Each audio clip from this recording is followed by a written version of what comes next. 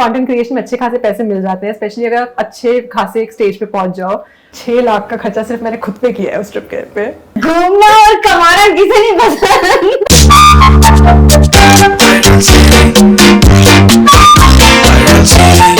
हाय, मैं हूँ मनीषा और आप देख रहे हैं वायरल सिटी का एक और एपिसोड। और आज मेरे साथ जो हमारे आज की गेस्ट हैं, बड़ी ही टॉप इन्फ्लुएंसर्स में से एक हैं। और अगर आप ट्रैवल इन्फ्लुएंसर्स में उनका नाम सर्च करेंगे तो आपको ऊपर ही ऊपर नजर आएगा। इनका नाम एक बहुत ही अच्छी एंटरप्रेन्योर भी है और मेरे साथ हैं तान्या खनीजो। आपका बहुत बहुत स्वागत है तान्या, कैसे हैं आप? Thank you Manisha, thank you for the very lovely introduction.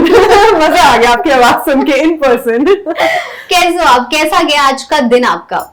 मेरा आज का दिन अच्छा गया एंड जैसे कि आपने कहा कि मैं एक ट्रैवल इन्फ्लुएंसर हूँ, लिटरली मैं यहाँ रेडियो सिटी के ऑफिस में भी ट्रैवल करके ही आ रही हूँ, डायरेक्ट एयरपोर्ट से अपना लगेज लेके। Okay, quite hectic. लेकिन हम आपका ज्यादा समय ना लेते हुए आपसे जल्दी जल्दी सवाल जवाब करना शुरू कर देंगे, बिल्कुल, है ना? तो तान्या, पहले तो मैं आपसे कहना चाहती हूँ, really liked your social media profile. Thank you so much. Seriously, मतलब ये एक हम जैसे लोगों का जो ऑफिस में बैठ के कॉर्पोरेट में जॉब करते हैं ना, उनका ये सपना होता है कि अरे यार काश हम भी ऐसी लाइफ जी रहे होते हैं। ये कैसे, मतलब कैसे शुरुआत हुई आपकी इस ट्रैवल जर्नी की और कैसे आपको लगा कि इसको अपना करियर बनाना चाहिए? क्योंकि बेसिकली बहुत सारे लोग हैं ना, कंटेंट तो क्रिएट करते हैं लेकिन अपनी जो कॉर्पोरेट जॉब है वो नहीं छोड़ना चाहते हैं, है ना? तो ये आपने कैसे, फर्स्ट थॉट में या सेकंड थॉट में क्या आया आपके दिमाग में जो आपने सोचा इसको अपना करियर बनाना है? यार वैसे आपने बिल्कुल सही कहा, क्योंकि एक टाइम पे ना मैं भी ऑफिस में बैठ के सोचा करती थी कि मुझे बस ऐसी जिंदगी चाहिए जहाँ पे मेरे को हमेशा ट्रैवल करने को मिले। तो मैंने अपने कॉलेज के बाद कुछ 1.5 साल के लिए जॉब की थी एंड उस टाइम पे ऑल्दो मेरे एनवायरनमेंट और मेरे कॉलीग्स और ये सिक्योरिटी सेफ्टी बहुत अच्छी लगती थी, लेकिन मेरा बचपन से शौक था कि मुझे बहुत ट्रैवल करना है, मतलब पूरी दुनिया घूमनी है, सारी इस दुनिया के यूनिक ज्योग्राफिकल फीचर्स एक्सपीरियंस करने हैं, हाँ। नए कल्चर एक्सपीरियंस करने हैं, लोगों के साथ इंटरैक्ट करना है। तो मुझे चाहिए था कि एक ऐसी जॉब होनी चाहिए जिसमें मुझे हमेशा ट्रैवल करने को मिले। एंड फिर मेरे को पता चला कि सोशल मीडिया पे ये हो सकता है, it is a possibility. Although मुझे बिल्कुल नहीं आता था, मेरी फैमिली में तो ऑब्वियसली मतलब सोशल मीडिया तो काफी न्यू है, तो किसी को ये बैकग्राउंड नहीं होता है, किसी को इन्फॉर्मेशन नहीं होती है। तो बट मैंने फिगर आउट किया कि YouTube से स्टार्ट करते हैं, कुछ कंटेंट बना के देखते हैं, वीडियोस बना के देखते हैं। मैंने जॉब के side by side he start किया एंड मुझे बहुत मजा आने लग गया। एंड आई रियलाइज कि अगर ये मेरा करियर बन जाए तो बस I'll be the happiest person and not gonna lie, ये मेरी फेवरेट जॉब है दुनिया की।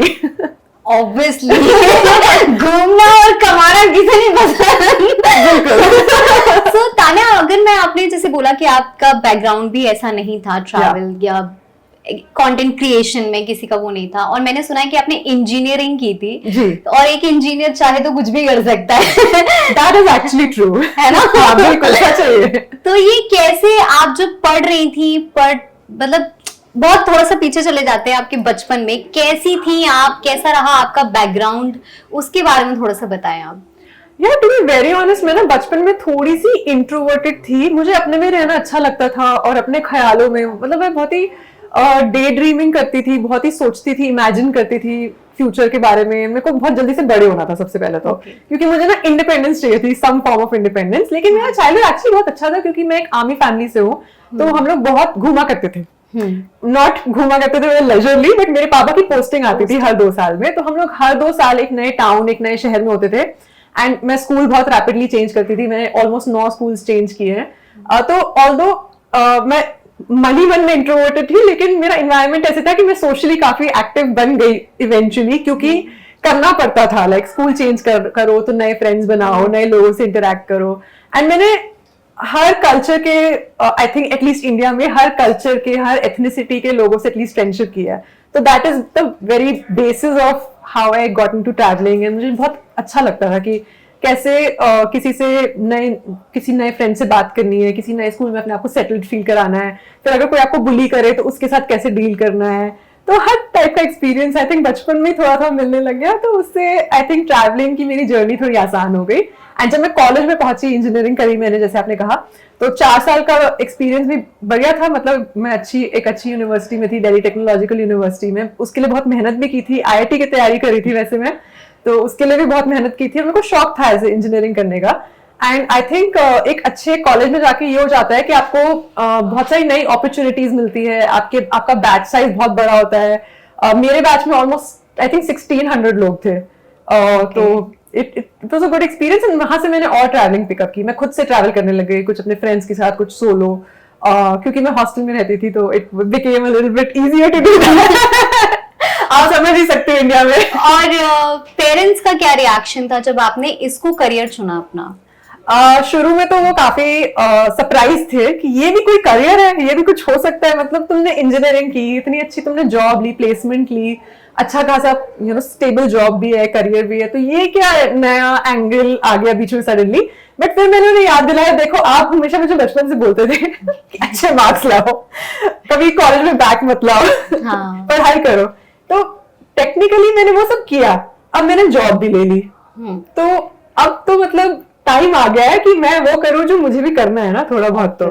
तो यही करके मैंने उन्हें कन्विंस किया, लेकिन वो मान गए, वो कन्विंस भी हो गए, तो ज्यादा मुश्किल नहीं हुआ। बट थोड़ा सा दे वर टेकन अबैक, सरप्राइज थे। आप वो जो गोवा ट्रिप वाला एक एक्सपीरियंस शेयर कर रहे थे, उसके बारे में क्या बताइए? बहुत ही यूनिक एक्सपीरियंस था, बिकॉज लोग अक्सर गोवा सिर्फ अपने फ्रेंड्स के साथ या अपने पार्टनर के साथ जाते हैं, एंड उनको वहां जाके पार्टिंग करने में मजा आता है, या फिर क्लबिंग करने में।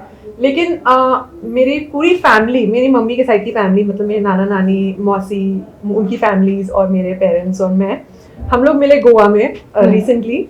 एंड ये ऐसी ट्रिप थी जो बहुत टाइम से वाज इन द वर्क्स कि जाना है, कहीं घूमना है, वो भी इंडिया में, क्योंकि मेरे बाकी के जो रिलेटिव्स है वो बाहर रहते हैं। तो वो आ रहे थे इंडिया, और उनको था कि हमें गोवा देखना है बस, क्योंकि सबका ड्रीम होता है कि गोवा देखना है।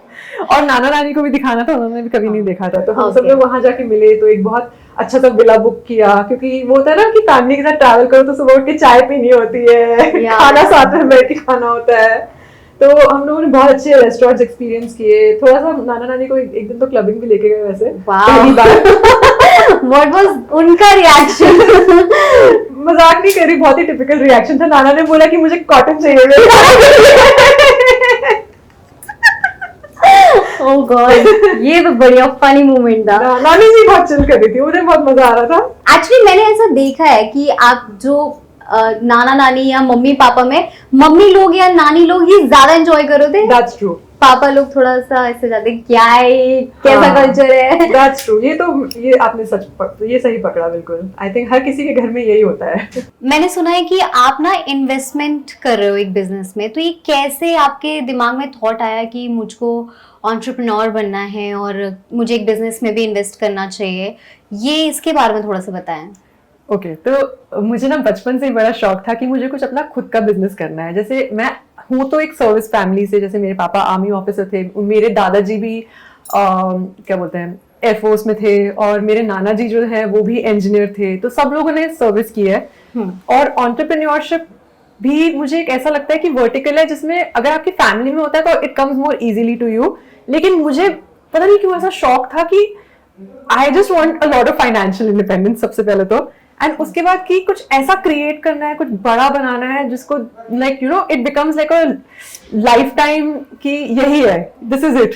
तो मुझे एंटरप्रेन्योरशिप में हमेशा से बहुत इंटरेस्ट था। And technically content creation is also that, because आप खुद एक एंटरप्राइज की तरह डील करते हो, सब कुछ करते हो, लाइक कंटेंट से लेके ब्रांड्स के साथ काम करने से लेके, फिर how do you reuse your resources, उससे लेके सब कुछ एक तरह का बिजनेस ही होता है। बट अभी रिसेंटली मैंने रियलाइज किया कि अब मुझे, ठीक है, इट्स नो सीक्रेट कि कंटेंट क्रिएशन में अच्छे खासे पैसे मिल जाते हैं, स्पेशली अगर आप अच्छे खासे एक स्टेज पे पहुंच जाओ, अपने जॉनर में अच्छा करने लगो तो आप काफी अर्न कर लेते हो। तो नाउ मेरे पास बिजनेस करने का फ्रॉम स्क्रैच तो टाइम नहीं है, बट मैंने सोचा मैं एंजल इन्वेस्टिंग में थोड़ा सा अपना एक्सपीरियंस लेना शुरू कर सकती हूँ। तो कुछ जो ब्रांड्स ऐसे होते हैं जिनको आपको मन करता है अंदर से सपोर्ट करने का कि हाँ इस बिजनेस में इन्वेस्ट करते हैं, थोड़ा सा मतलब इक्विटी ट्रांसफर करते हैं, and let's become a part of growing this business. So मेरा खुद का बिजनेस तो नहीं है, but I am an angel investor, and I have invested in a business called Preserve. And ये ब्रांड मेरे लिए इसलिए इतना ज्यादा स्पेशल है because it's to do with sustainability. So यहाँ पर मैंने ना बहुत सारे सवाल जवाब तान्या से कर लिए ऑलरेडी, और मुझे ऐसा लगता है कि जो लोग तान्या को फॉलो करते हैं, मैं भी उनमें से एक हूँ, शायद इतना भी जानना भी थोड़ा कम है। जब हम किसी को ऑब्वियसली एडमायर करते हो तो हमें लगता है कि थोड़ा और जान ले इसके बारे में और जान ले, बट मैं तानिया का ज्यादा टाइम ना लेते हुए रैपिड फायर शुरू करूंगी, वेरी नाइस। है ना। तो ये शुरू होता है रैपिड फायर, और इसमें आपको कुछ नहीं मिलेगा, बस बहुत सारा प्यार मिलेगा। वही काफी है, वही काफी है, थैंक यू।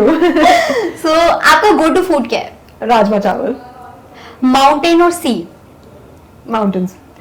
3 एप्स जिनके बिना आप बिल्कुल नहीं रह सकते। 3 एप्स। हाँ। Google maps, translate okay. और यूट्यूब। यूट्यूब। ऐसा कोई जिसको आप रात के 2 बजे भी फोन करोगे और वो आपका फोन उठा लेगा? मेरा partner Ishaan. Last dial number in your phone? Check करना पड़ेगा एक्चुअली। Please please. हम सीधे तानिया के फोन में जा रहे हैं। मेरी मम्मी। Mummy, okay. आपकी प्लेलिस्ट में कोई ऐसा गाना जो आप रिसेंट सुन रहे हो? Oh, have you heard that song Asa Kura? It's a Tamil song. Okay. But I'm obsessed. मतलब Okay. मुझे उसके लिरिक्स याद है, मतलब वो तमिल सॉन्ग है जिसके मतलब मेरी भाषा भी नहीं है वो, हाँ. but मुझे उसके लिरिक्स याद है। I'm obsessed. Yeah. Very nice.